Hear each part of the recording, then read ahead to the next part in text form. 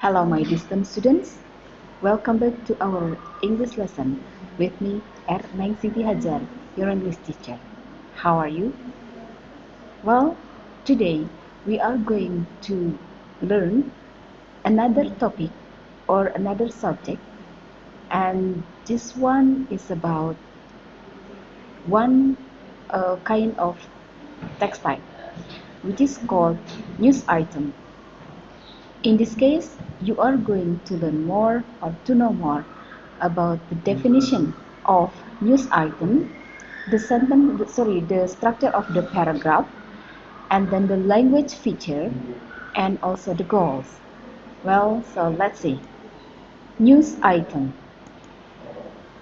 Oke, Anda hari ini akan belajar satu mata pelajaran lagi, yaitu mengenai salah satu teks di dalam bahasa Inggris, yaitu news item. Kita akan mencoba memahami, mengidentifikasi mengenai jenis teks news item, kemudian struktur paragraf, kemudian ciri kebahasaan dari news item serta contohnya.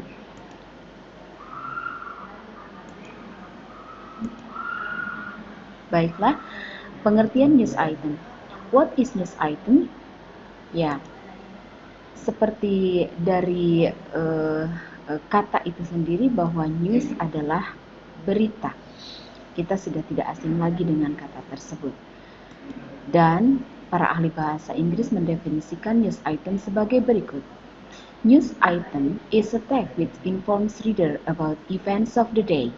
The events are considered worthy or important. Jadi artinya bahwa news item adalah sebuah tulisan atau sebuah teks yang memberikan informasi yang terbaru, terhangat, teraktual, di mana informasi tersebut layak dan penting untuk diberitakan. Baik. Ya, purpose of news item. Sebagaimana kita ketahui bahwa setiap jenis teks memiliki purpose atau memiliki tujuan. Dalam hal ini, seorang penulis menuliskan sebuah teks dengan satu tujuan tertentu. Misalnya, kalau kita mengenal sebuah teks naratif, penulis tersebut memiliki tujuan bahwa dia ingin menyampaikan cerita agar si pendengar, pembaca itu bisa terhibur dengan itu. Jadi sedikit kita beralih kepada lain topik agar bisa difahami tentang tujuan daripada news item itu sendiri. Ya, seperti tadi saya katakan bahwa tujuan daripada naratif teks adalah entertain the readers or the listener with the story. Sementara tujuan daripada news item adalah untuk memberikan informasi kepada pembaca atau pendengar berita tentang berita terbaru. Jadi syaratnya berita itu harus hangat, update, terkini, sehingga biasanya diberi tanggal dan tempat berita. Baik.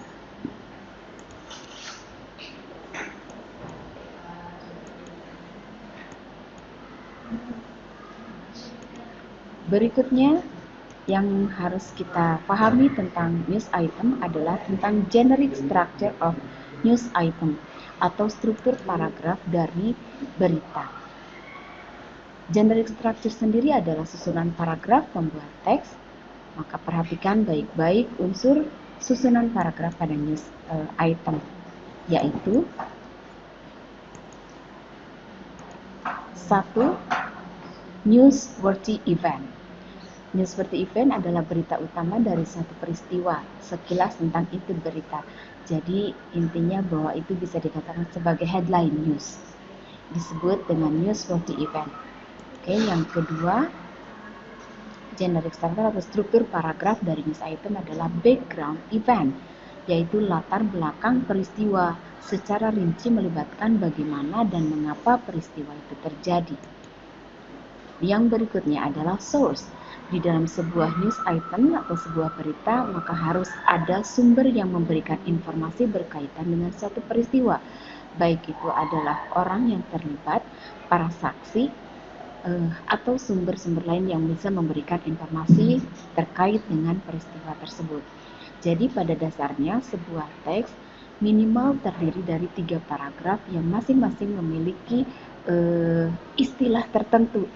Jadi di dalam di dalam bahasa Inggris seperti tadi contohnya saya berikan, misalkan naratif teks itu juga terdiri dari 3 unsur struktur paragraf, yaitu introduction, kemudian complication, dan resolution. Demikian seperti yang nanti terjadi juga pada teks-teks berikutnya. Selanjutnya,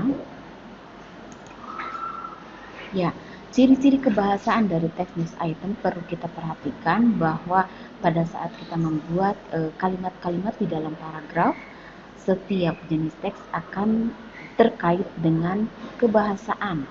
Ya, diantaranya adalah grammar, kemudian juga tata bahasa lain di dalam bahasa Inggris.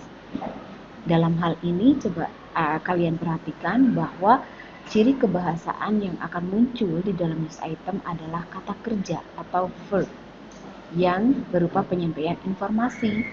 Jadi misalnya kata kerja yang berkaitan dengan itu adalah seperti said, informed, told, reported, dan lain sebagainya. Lalu karena menggunakan verbal verbs, maka hampir seluruh tulisan news item terdapat kalimat langsung yang tidak ditandai dengan apostrof atau tanda kutip. Ya, mungkin nanti kita bisa melihat lebih jauh lagi di dalam contoh teks. Kemudian juga melibatkan place and time. Dalam penulisan berita biasanya terdapat penjelasan tanggal dan hari serta tempat peristiwa terjadi. Kemudian menggunakan past tense. Ya, kenapa harus menggunakan past tense dalam menerangkan sebuah kejadian berita? Karena bahwa berita itu sudah terjadi sehingga dikategorikan sebagai peristiwa yang terjadi pada masa lalu. Ketika kita mengungkapkan peristiwa masa lalu, maka yang dipakai adalah struktur kalimat-kalimat past tense, ditandai dengan kata-kata kerja yang dalam bentuk kedua. Mungkin hal ini nanti akan dibahas lebih lanjut pada pertemuan berikutnya. Kemudian juga mempergunakan simple present tense untuk mengungkapkan kejadian yang berupa fakta. Baik, selanjutnya mari kita baca, mari kita perhatikan contoh news item. Okay. Well, first of all, I'm going to read you this text of news item, in order for you to understand and to get the information from this text. Jakarta, Joko Widodo, who won the heart of Indonesians with his common man image, garnered 53% of the vote in Indonesian presidential election. Final result from the Election Commission showed Tuesday. The numbers were released shortly after his opponent, former General Prabowo Subianto, declared he was withdrawing from the contest, saying there was fraud during the election and it was unfair and undemocratic. Widodo, a former furniture maker known widely as Jokowi, maintained a slim lead of about 4 percentage points in unofficial quick counts by polling agencies released after the July 9th election. But Subianto, who has declared assets of $140 million and was on his third bid for the presidency, repeatedly claimed that polling firms with links to his campaign showed he was ahead. We reject the 2014 presidential election, which is unlawful, and therefore we withdraw from the ongoing process, he said. There was no immediate report of violence. About 100 Subianto supporters held peaceful protests some 30 yards from the Election Commission building in downtown Jakarta. chanting Prabowo is the real president and holding banner demanding that the commission steps in. Well, I think you can continue the next paragraph, read by yourself. But I would like now to explore more about the language feature which is arise in this text. For example, that I have already told you bahwa saya sudah katakan tadi di sebelumnya bahwa ini adalah jenis teks news item atau teks berita di mana menceritakan tentang kejadian yang sudah terjadi, maka pada umumnya struktur kalimat yang dipakai adalah bentuk kalimat past tense. Anda perhatikan ciri daripada kalimat past tense adalah dapat dilihat dari kata-kata kerja yang muncul, yaitu berbentuk kedua, seperti won, bentuk kedua dari win, garnered, bentuk kedua dari garner, and then were, ya, to be dari are, kemudian declare, to be was, dan seterusnya.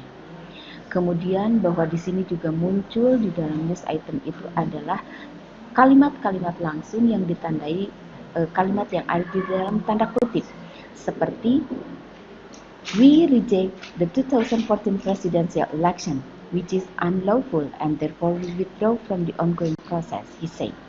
Nah, ini adalah salah satu contoh kalimat yang ada di dalam news item berupa kalimat tidak langsung dan selalu ditulis di dalam tanda kutip. Selanjutnya, mari kita perhatikan lagi penjelasan mengenai paragraf tersebut. Boleh Anda perhatikan pada paragraf pertama berisi newsworthy event, intisari daripada apa yang diberitakan. Sekilas tentang isi berita yang akan disampaikan, yaitu bahwa Joko Widodo telah memenangkan Pilpres dengan kemenangan 53% suara.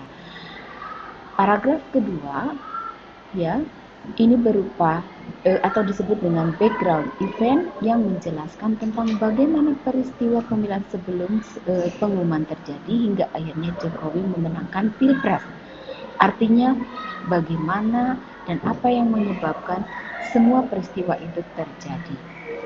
Yang terakhir adalah source atau sumber berita, dari mana kebenaran inti berita bahwa Jokowi menang Pilpres diperoleh dari KPU atau Commission yang telah mengumumkan kemenangan Jokowi pada hari Kamis malam, dan seperti itu. Jadi artinya bahwa di sini mencoba menjelaskan bahwa sumber dari berita tersebut adalah KPU. Demikianlah penjelasan tentang pengertian struktur teks, ciri kebahasaan dari news item. Terima kasih. Thank you very much for being here, and see you next time. But before leaving, I'm going to give you an assignment. Here is the task for you to do. To make sure that you have understood about this text, I would like you to write a highlight of the news above in not more than 30 words. Jadi di sini diharapkan Anda bisa, karena tujuannya adalah Anda mendapatkan informasi dari teks tersebut, tugas Anda adalah membuat summary tentang teks yang baru saja kita pelajari, ditulis kembali dengan kalimat Anda sendiri, tidak lebih dari 30 kata. And the following question can be a guidance for you to write a summary of the news. Jadi pertanyaan berikut bisa menjadi arahan buat kalian untuk menuliskan highlight.